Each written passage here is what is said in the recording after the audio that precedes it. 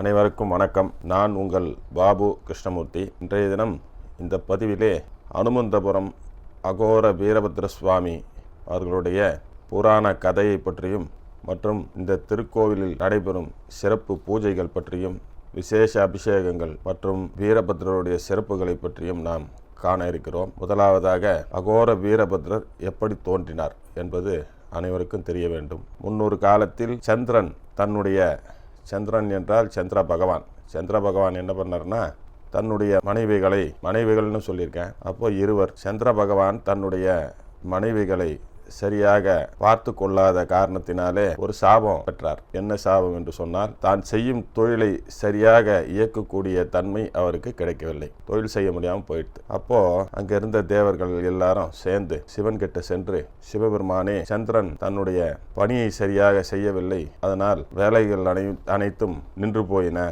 என்று சிவபெருமானிடம் முறையிட்டனர். பிறகு சிவபெருமான் அதை சரி செய்து சந்திரன் பழையபடி தன்னுடைய தொழிலை செய்யுமாறு செய்தார். இப்படி ஒரு பக்கம் இருக்கிறது. மறுபுறம் தக்ஷன் என்று சொல்லக்கூடிய ஒருவன் இருந்தான். இந்த தக்ஷன் யார் என்று சொன்னால், பிரம்மாவனுடைய மகன் தக்ஷன், சந்திரனுடைய மாமனார் தக்ஷன், தாட்சாயனுடைய தந்தையார் தக்ஷன். தாட்சாயணி என்று சொன்னால் உமையவள் பார்வதி தேவியினுடைய பெயர் தாட்சாயணி. இந்த தாட்சாயணியுடைய தந்தையார் தான் தக்ஷன். அப்போ சிவபெருமான் இந்த தாட்சாயணி சிவ பூஜை செய்வதில் வல்லவர். சிவன் என்றால் மிகவும் ரொம்ப இஷ்டம். ஆகையினால நேரம் கிடைக்கும் போதெல்லாம் சிவ பூஜையிலே சிலிர்த்து போவார். சிவனுடைய நாமத்தை சொல்லி சிவ பூஜைகள் செய்து கொண்டிருப்பார். அப்படி பக்தி மிக்கவளாக இருக்கும் தாட்சாயணியை சிவபெருமான் திருமணம் செய்து கொண்டார். இந்த திருமணம் செய்து கொண்டதில் தக்ஷனுக்கு இஷ்டமில்லை என்று சொல்ல வேண்டும். மற்றொரு புறம் தக்ஷனுக்கு தெரியாமலேயே இந்த திருமணம் நடைபெற்றது. அப்போ சந்திரனுடைய சாபத்தையும் போக்கினார், தாட்சாயணியும் கல்யாணம் பண்ணி கொண்டார். இப்படி செய்திருக்கும் சிவபெருமானை கண்டால் தக்ஷனுக்கு பிடிக்காது. தக்ஷன் சிவபெருமானை பார்த்தா தக்ஷனுக்கு பிடிக்காது. தக்ஷனுடைய மரும பிள்ளை தான் சிவபெருமான். ஆகவே இப்படி இருக்க தக்ஷன் என்ன பண்ணாரு, மகாவிஷ்ணுவை முன்னிலைப்படுத்தி தலைமையாக ஏற்க சொல்லி ஒரு யாகம் பண்ணார். இப்போ வேத வழியாக மேல் லோகத்திலே தேவலோகத்திலே வேத வழியாக எந்த யாகம் செய்தாலும் அந்த யாகத்திற்கு சிவன் தான் முதல்வராக உட்கார வேண்டும். அதுதான் ஐதீகம். சிவபெருமானை புறக்கணித்து விட்டு எந்த யாகமும் செய்ய முடியாது. அப்படி இருக்க தக்ஷன் என்ன பண்ணார், மகாவிஷ்ணுவை முன்னிலைப்படுத்தி யாகத்தை பண்ணார். அப்படி யாகம் செய்யும்போது, ஒரு விசேஷம் செய்யும்போது தேவலோகத்தில் அனைவருக்கும் அபிர்பாகம் தர வேண்டும். அபிர்பாகம் என்றால் காணிக்கை என்று பொருள். எல்லாருக்கும் கப்பம் கட்டுற மாதிரி எல்லாருக்கும் என்னென்ன சேரணுமோ அவங்கவுங்களுக்கு சேர வேண்டியது அவங்கவுங்களுக்கு கொடுத்துட்டு அனுமதி பெற்று பிறகுதான் நம்ம யாகத்தை நடத்த வேண்டும். அப்படி இருக்கும்போது மகாவிஷ்ணுக்கு அபிர்பாகம் கொடுத்தார், பிரம்மதேவனுக்கு அபிர்பாகம் கொடுத்தார். அதே போல் அனைத்து தேவர்களையும் கூப்பிட்டார். அப்படி கூப்பிட்டு இந்த யாகத்தை தொடங்க ஆரம்பித்தார். நாரதர் அங்கே இருக்கிறார். இப்படி அந்த யாகத்தை தொடங்கும் போது நாரதர் அங்கே இருந்து என்ன நடக்கிறது என்று பார்த்து கொண்டிருக்கிறார். மகாவிஷ்ணுவை முன்னிலைப்படுத்தி இங்கே இந்த யாகத்தை தொடங்குகிறார். அப்படி தொடங்கும் போது புலக முனிவர் என்று ஒரு முனிவர் இருந்தார். அந்த முனிவர் தக்ஷனுக்கு அறிவுரை கூறுகிறார். என்ன சொல்கிறாருன்னு சொன்னால், சிவபெருமானை புறக்கணித்து விட்டு இந்த யாகத்தை நடத்துவது அவ்வளவு சரியாக இல்லை என்று சொல்கிறார். அப்படி சொல்லும்போது அந்த புலக முனிவரை தக்ஷன் அவமானப்படுத்துகிறான். அவமானப்படுத்திய பிற்பாடு புலக முனிவர் என்ன பண்ணுறாரு, தக்ஷனுக்கு ஒரு சாபத்தை கொடுத்துட்டு அங்கேருந்து அவர் கிளம்பிடுறார். அதற்கு பிற்பாடு நாரதர் என்ன பண்ணுறாருனாக்கா, இங்கேருந்து போயிட்டு கைலாயத்துக்கு போயிட்டு ஈசனை பார்த்து இங்கு நடந்த சம்பவங்களை எல்லாம் சொல்கிறார். அப்படி சொல்லும்போது சிவபெருமான் என்ன செய்கிறாருன்னு சொன்னால், நந்தியம்பெருமானை அழைத்து, நீ சென்று நமக்கு சேர வேண்டிய அபிர்பாகத்தை கேட்டு வாங்கி கொண்டு வா என்று நந்தியம்பெருமானுக்கு உத்தரவிடுறார். அதேபோல் நந்தியும் அங்கிருந்து நேராக யாகசாலைக்கு சிவபெருமானுக்கு சேர வேண்டிய அந்த அபிர்பாகத்தை கேட்கிறார். அப்படி கேட்கும்போது நந்தியை தக்ஷன் அவமானப்படுத்தி அனுப்புகிறார். நந்தியும் என்ன பண்ணுறாங்கன்னாக்கா ஒரு சாபத்தை கொடுத்துட்டு அவரும் வரார். இப்படி நடந்து கொண்டு இருக்கிறது. பார்வதி தேவி மேலே இருந்து கைலாயத்திலிருந்து இதையெல்லாம் பார்த்து கொண்டிருக்கிறார். அப்படி பார்க்கும்போது தன்னுடைய தந்தை அனைவரிடத்திலும் சாபம் பெற்று கொண்டிருக்கிறாரே, இது என்னவாகுமோ என்று தெரியவில்லையே என்று உடனே ஈசனிடம் சென்று, இறைவா, நான் சென்று தங்களுக்கு சேர வேண்டிய அந்த அவிர்வாகத்தை பெற்றுக்கொண்டு வருகிறேன் என்று சொல்கிறார். சிவபெருமான் கிட்ட பார்வதி தேவி சொல்கிறாங்க. அப்படி சொல்லும்போது ஈசன் என்ன சொல்கிறாருன்னா, நீ எங்கே போனாலும் உனக்கு அங்கே மரியாதை கிடைக்காது, என்னுடைய பேச்சை கேள், நீ செல்லாதே என்று எவ்வளவோ சொல்கிறார். அதை மீறியும் தாட்சாயணி இதையெல்லாம் கேட்காமல் பொருட்படுத்தாது தன்னுடைய தந்தை செய்கின்ற அந்த யாகம் செய்கின்ற அந்த யாகசாலைக்கு செல்கிறார். அங்கே சென்று அவமானப்படுகிறார். தக்ஷன் என்ன பண்ணுறாரு, மகள்னு கூட பார்க்காம மகளை அவமானப்படுத்துகிறார். இப்படி அவமானப்படுத்திய பிற்பாடு தாக்ஷாயணி என்ன பண்ணுறாங்கன்னாக்கா, அப்பான்னு கூட பார்க்காம அவருக்கு சாபத்தை கொடுத்து விட்டு அங்கேருந்து நேராக கைலாயத்துக்கு திரும்பி வராங்க. அப்படி ஈசனிடம் நடந்தவற்றை கூறுகிறார். அப்படி சொன்ன பிற்பாடு சிவபெருமானுக்கு கோபம் தணியவில்லை. ருத்ர தாண்டவம் ஆடுகிறார். பதிலுக்கு பார்வதி தேவியும் ருத்ர தாண்டவம் ஆடுகிறார். இப்படி இருவரும் ருத்ர தாண்டவம் ஆடும்போது சிவனுடைய உடலில் இருந்து வெளியேறப்பட்ட அந்த வியர்வையானது கொதித்து ஒரு உருவாக மாறி வீரபத்ரர் என்ற பெயரிலே உருவாகிறது. பத்ரகாளியினுடைய தாண்டவத்திலிருந்து இந்த சலங்கை உடஞ்சி விழுது. கீழே விழும்போது 9 கற்கள், நவரத்ன கற்கள், 9 கற்கள் உருண்டு ஓடுகிறது. அப்படி ஓடும்போது அந்த 9 நவரத்ன கற்களிலிருந்து வந்தவள் தான் பத்ரகாளி தேவி. அப்பொழுது வீரபத்ரரும் பத்ரகாளியும் இருவரும் சேர்ந்து சிவனையும் சக்தியையும் நமஸ்காரம் செய்து கொண்டார். உடனே வீரபத்ரர் ஈசனை பார்த்து, நான் தங்களுக்கு என்ன செய்ய வேண்டும் என்று கேட்கிறார். அப்படி கேட்கும்பொழுது சிவபெருமான் வீரபத்ரனை பார்த்து, நீ நேராக சென்று தக்ஷன் யாகம் செய்து கொண்டிருக்கிறான், அந்த யாகசாலைக்கு சென்று நமக்கு சேர வேண்டிய அவிர்வாகத்தை கேள், அவிர்வாகத்தை கொடுத்தால் வாங்கி கொண்டு வா, அப்படி கொடுக்கவில்லை என்றால் தக்ஷனை அழைத்து விட்டு வா என்று சொல்லி அனுப்புகிறார். அப்படி அனுப்பும்போது பத்ரகாளியும் வீரபத்ரரும் நேராக சென்று அங்கே தக்ஷனை சந்தித்து சிவனுக்கு சேர வேண்டிய அவிர்வாகத்தை கேட்கிறார்கள். அப்படி கேட்கும் பொழுது தக்ஷன் வீரபத்ரனையும் அவமானப்படுத்தி வெளியேற்ற முயற்சிக்கிறார். அப்படி முயற்சிக்கும் போது வீரபத்ரர் அங்கிருந்த மகாவிஷ்ணுவையும் பிரம்மதேவனையும் பார்த்து, இதெல்லாம் நியாயம் இல்லை என்று, இதற்கு என்ன வழி என்பது போல் அங்கே கேட்கிறார். அவர்களை நியாயம் கேட்கிறார். மகாவிஷ்ணுவும் பிரம்மதேவனும் தக்ஷனுக்கு பயந்து எதுவும் பேசாமல் அமைதியாக இருந்தார்கள். அப்படி இருக்கும்போது வீரபத்ரன் என்ன பண்ணுறாருனாக்கா, கையில் இருக்கும் வாளை எடுத்து தக்ஷனுடைய தலையை துண்டிக்கிறார். அப்படி துண்டித்த தலை நேராக சென்று யாக குண்டத்திலே விழுகிறது. ஹோம குண்டத்தில் விழுந்துடுது அந்த தலை. உடனே பிரம்மதேவன் ஓடி வீரபத்ரரிடம் மண்டியிடுகிறார்.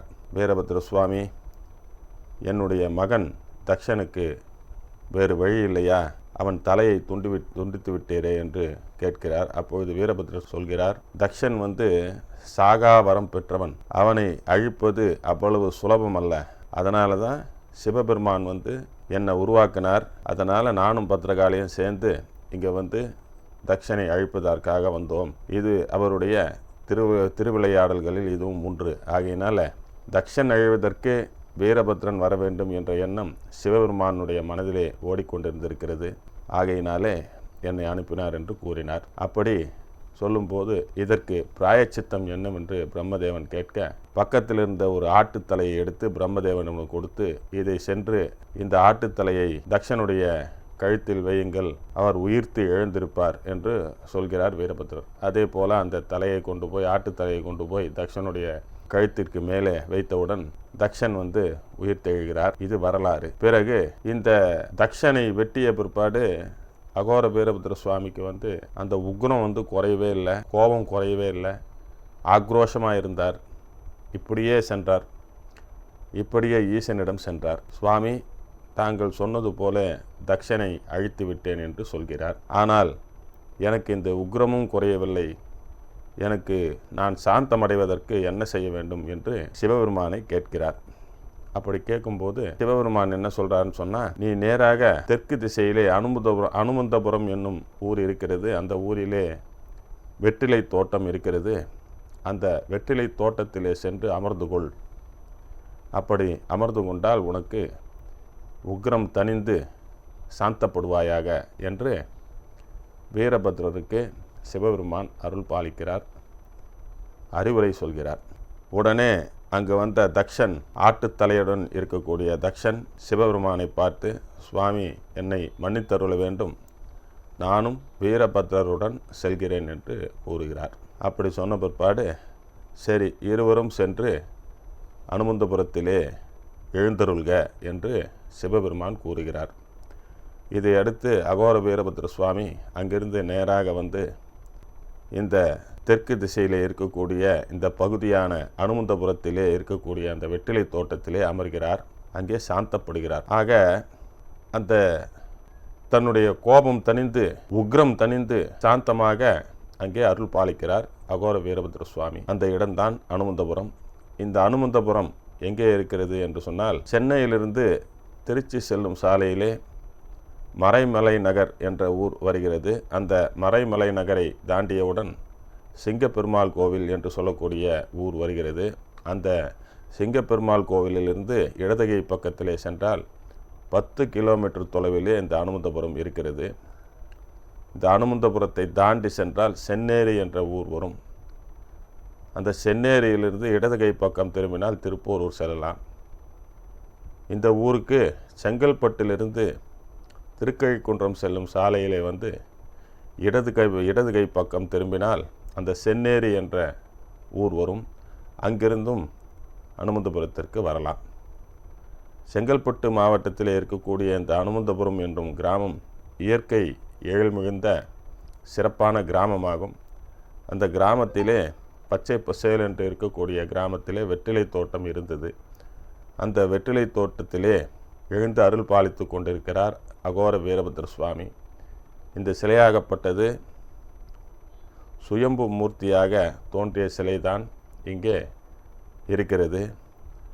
இந்த வீரபத்ரனுடைய வலது காலுக்கு கீழே தக்ஷன் ஆட்டுத்தலையுடன் வீரபத்ரரை வணங்கியபடி இருப்பார்.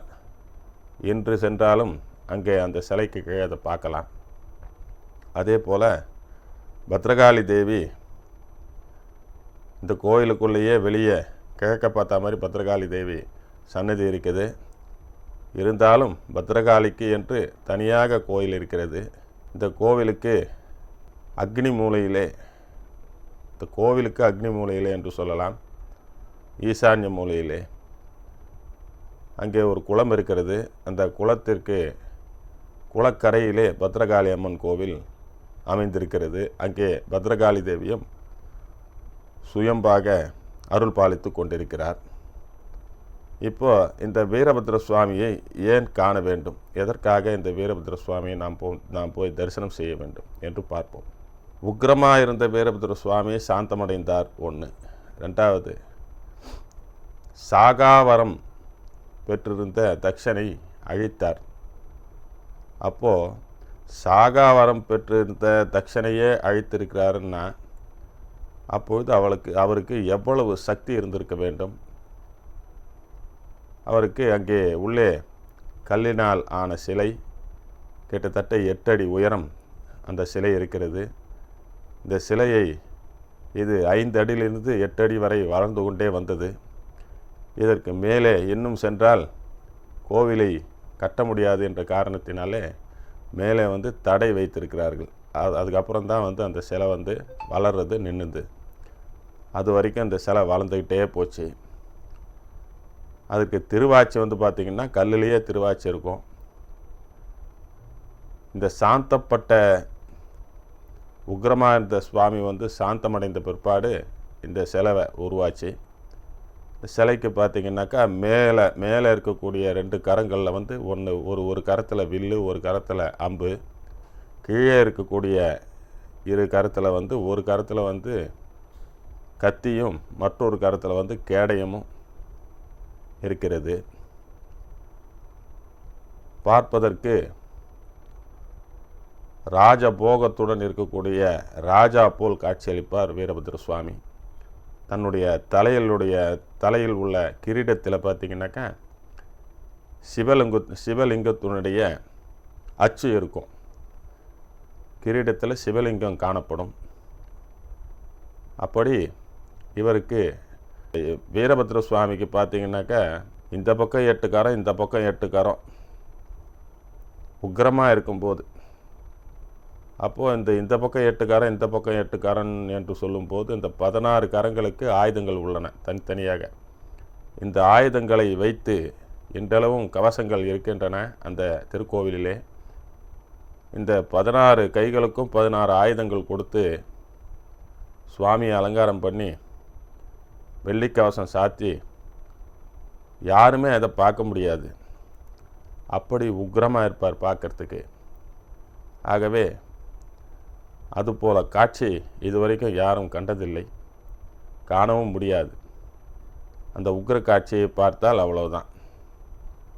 ஆகையினால் சாந்தப்படுத்த பிற்பாடு இருக்கக்கூடிய வில், அம்பு மற்றும் கத்தி, கேடயம் இந்த ஆயுதத்தோடு இருக்கக்கூடிய வீரபத்ர சுவாமியை தான் நாம் இப்பொழுது கண்டு கொண்டிருக்கிறோம். இந்த சுவாமி சுயம்பு மூர்த்தியாக உருவானவர். இவருக்கு வில்வ அர்ச்சனை மிகவும் பிடிக்கும்.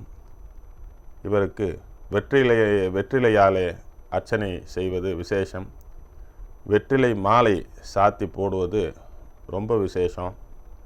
வெற்றிலை காப்பு, அடிக்கடி வெற்றிலை காப்பு சாத்துவாங்க. வெற்றிலை காப்பு என்றால் 3 பக்கமும் ஏணி மாதிரி இருக்கும். இந்த ஏணியை இரு பக்கம் வைத்து விட்டு மேலே பிரபையை தொடுற மாதிரி 2 ஏணி, சின்ன ஏணியை வைத்துட்டு அதில் என்ன பண்ணுவாங்கன்னா வெத்தலையை வந்து சுற்றி கட்டுவாங்க. படல் மாதிரி கட்டுவாங்க. அதுதான் வெத்தலை காப்பு என்று பெயர். வெத்தலை காப்பு சாத்திட்டு சுவாமியை பார்த்தா ரொம்ப பிரமாதமாக இருக்கும், கண்கொள்ளா காட்சியாக இருக்கும். வெத்தலை காப்பு ஏன் சாற்றுகிறார்கள் என்று சொன்னால், ஒரு தம்பதிகள் அங்கே திருக்கோவிலுக்கு சென்றனர் ஒரு முறை. அப்படி சென்று விட்டு வீரபத்ர சுவாமியை தரிசனம் செய்துவிட்டு தங்களுடைய குடும்பத்திலே ஏகப்பட்ட பிரச்சனைகள் இருந்திருக்கின்றன. அப்படி இருக்கும்போது பிரச்சனைகளெல்லாம் முடிந்து குடும்பம் ஒற்றுமையாக இருக்க வேண்டும், அனைவரும் ஒன்றாக சந்தோஷமாக இருக்க வேண்டும் என்று பிரார்த்தனை செய்து கொண்டார்கள். அப்படி செய்த பிற்பாடு அவர்களுடைய பிரார்த்தனை நிறைவேறியது, வீரபத்ரருடைய அருளால் நிறைவேறியது என்று சொன்னோம். பிறகு இங்கே வந்து குருக்களை பார்த்து சுவாமிக்கு வெற்றிலை காப்பு சாட்ட வேண்டும் என்று சொன்னார்கள். ஏன் என்று கேட்கும்போது தாங்கள் பிரார்த்தித்து கொண்டு சென்றார்கள். நாங்கள் பிரார்த்தனை செய்து கொண்டு போனோம், எங்கள் பிரச்சனை முடிஞ்சதுன்னாக்கா நல்லபடியாக முடிஞ்சா சுவாமி உங்களுக்கு நாங்கள் வெத்தலை காப்பு சாத்துறோம் அப்படின்னு சொல்லி வேண்டிட்டு போனோம் சுவாமி, அதுக்காகத்தான் சொல்லும்போது அப்பொழுது உருவாக்கப்பட்டது தான் இந்த வெத்தலை காப்பு. அதிலிருந்து செல்லும் தம்பதிகள் எந்த பிரச்சனையாக இருந்தாலும் வீரபத்ர சுவாமியை நமஸ்காரம் செய்து கொண்டு தங்களுடைய எந்த பிரச்சனையாக இருந்தாலும் சரி அந்த பிரச்சனை அனைத்தும் கண்டிப்பாக இங்கே நிறைவேறும். வீரபத்ர சுவாமியை மனதார வேண்டிக் கொள்ளணும். அதே போல வேண்டிக் கொண்ட பிற்பாடு மறந்துடக்கூடாது. தங்களுடைய பிரச்சனை அங்கே முடிந்த பிறகு நேராக வந்து அவருக்கு சேர வேண்டிய வெத்தலை காப்பை சாத்திட்டு போயிடணும். மறந்துட்டோம்னா பின்னால் சிரமப்பட வேண்டி இருக்கும். அதுக்கப்புறம் இந்த பில்லி, சூனியம், ஏவல் இதெல்லாம் வச்சுருவாங்க சில பேருக்கு. அப்படி வச்சுட்டாங்கன்னாக்கா இங்கே வீரபத்ர சுவாமி வந்து தரிசனம் பண்ணணும். அவங்க இங்கே வந்து இங்கேயே நல்ல அறைகள் எல்லாம் கிடைக்குது. இந்த அறையில் அவங்க யாருக்கு என்ன நோயோ அவங்களும் வரணும், அவங்க கூட இன்னொருத்தரும் வரணும். வந்து இங்கேயே பக்கத்தில் ஏதாவது ஒரு அறை ஒன்று வாடகைக்கு எடுத்துக்கொண்டு இங்கேயே தங்க வேண்டும். தங்கிவிட்டு தினமும் காலையில் எழுந்து வீரபத்ர சுவாமியுடைய கோவிலுக்கு எதிர்த்தா போல் தீர்த்தம் இருக்கிறது, குளம் இருக்கிறது. அந்த குளத்திலே சென்று தலைக்கு ஸ்நானம் செய்துவிட்டு நேராக சென்று அந்த வீரபத்ர சுவாமியினுடைய சன்னதிக்கு முன்னாடி உள்ள இடத்துல மண்டபத்தில் உட்காந்துடணும். அவங்கள உட்கார வச்சிடணும். உட்கார வச்ச பிற்பாடு சுவாமிக்கு அபிஷேகம் நடந்து முடிந்து முதல்ல ஆரத்தி காட்டுவா. அந்த ஆரத்தியை பார்க்கணும். சாதாரண நாட்களில் பார்த்திங்கனாக்கா சாதாரண ஒரு வஸ்திரம் ஒன்று சாத்தி சின்னதாக நெத்தியில் ஒரு பொட்டு வச்சு சுவாமிக்கு ஆரத்தி காட்டுவாங்க. அப்போது சுவாமியை பார்த்தா இன்னும் விசேஷம்.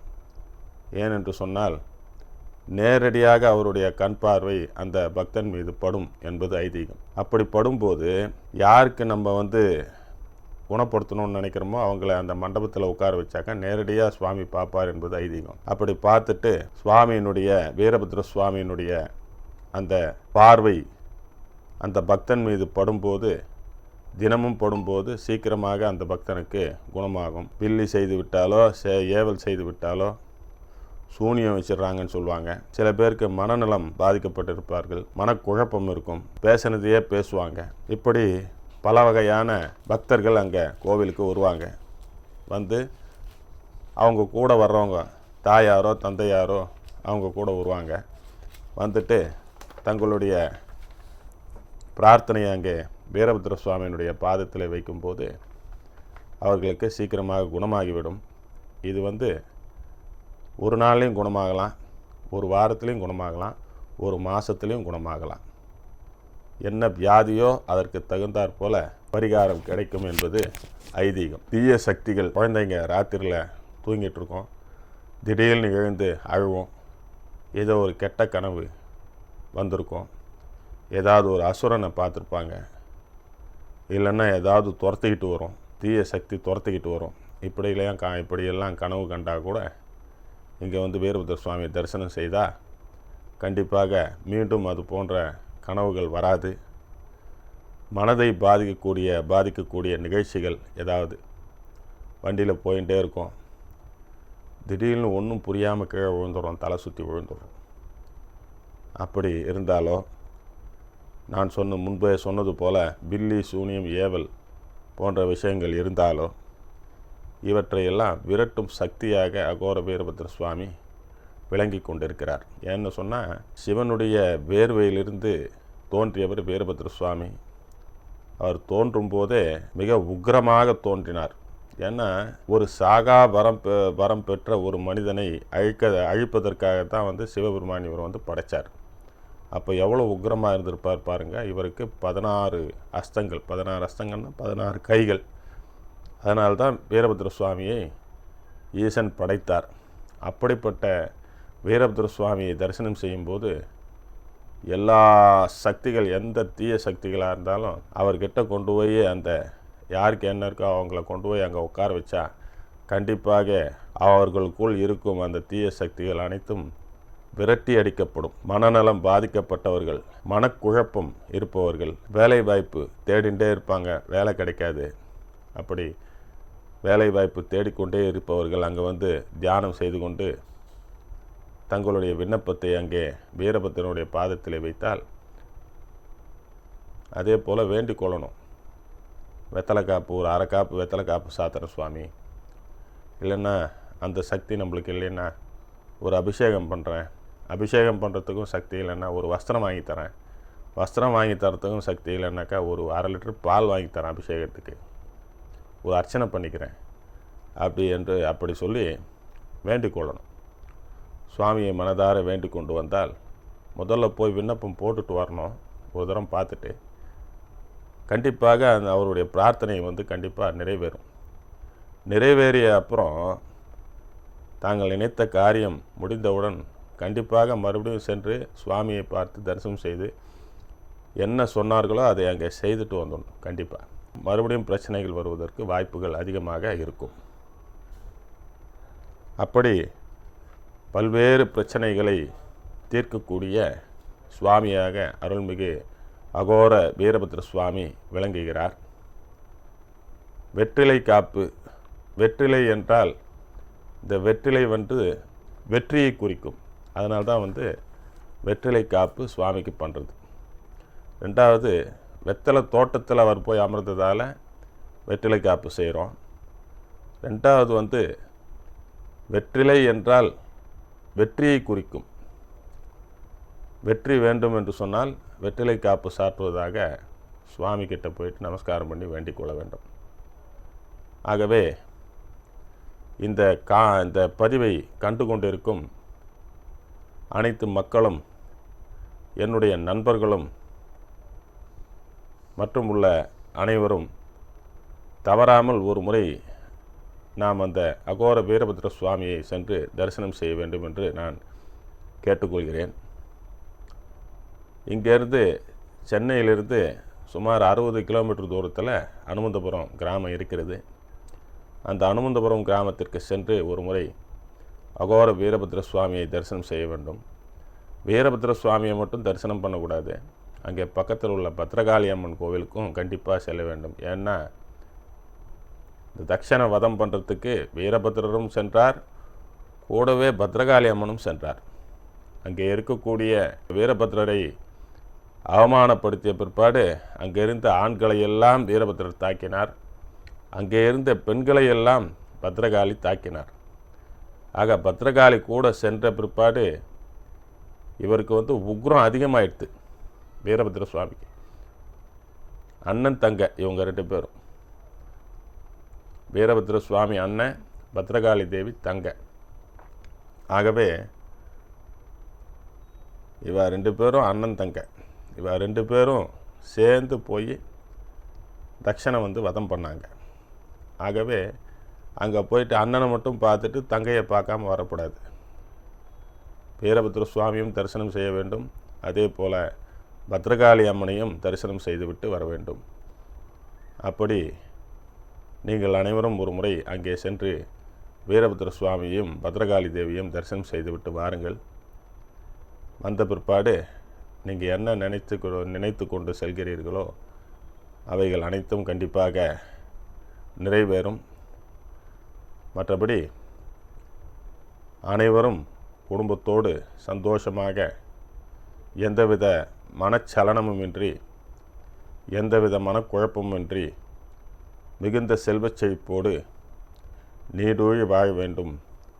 பல்லாண்டு பல்லாண்டு, பல்லாயிரத்தாண்டு, பல கோடி நூறாண்டு சீரும் சிறப்புமாக செல்வச் செழிப்புடன் குழந்தை குட்டியுடன் 16 செல்வங்களும் பெற்று நீங்கள் நீடூழி வாழ வேண்டும் என்று சொல்லி நானும் அந்த அகோர வீரபத்ர சுவாமியை பிரார்த்தனை செய்து கொண்டு எல்லோரையும் நன்றாக வைத்திருக்க வேண்டும் என்று கூறி வீரபத்ர சுவாமியை நான் பிரார்த்தனை செய்து கொண்டு இந்த பதிவை நல்ல முறையிலே முடித்துக்கொள்கிறேன். மீண்டும் அடுத்த பதிவிலே மற்றொரு நல்ல செய்தியை உங்களிடம் கூறுகிறேன் என்று சொல்லி விடைபெறுகிறேன். நன்றி, வணக்கம்.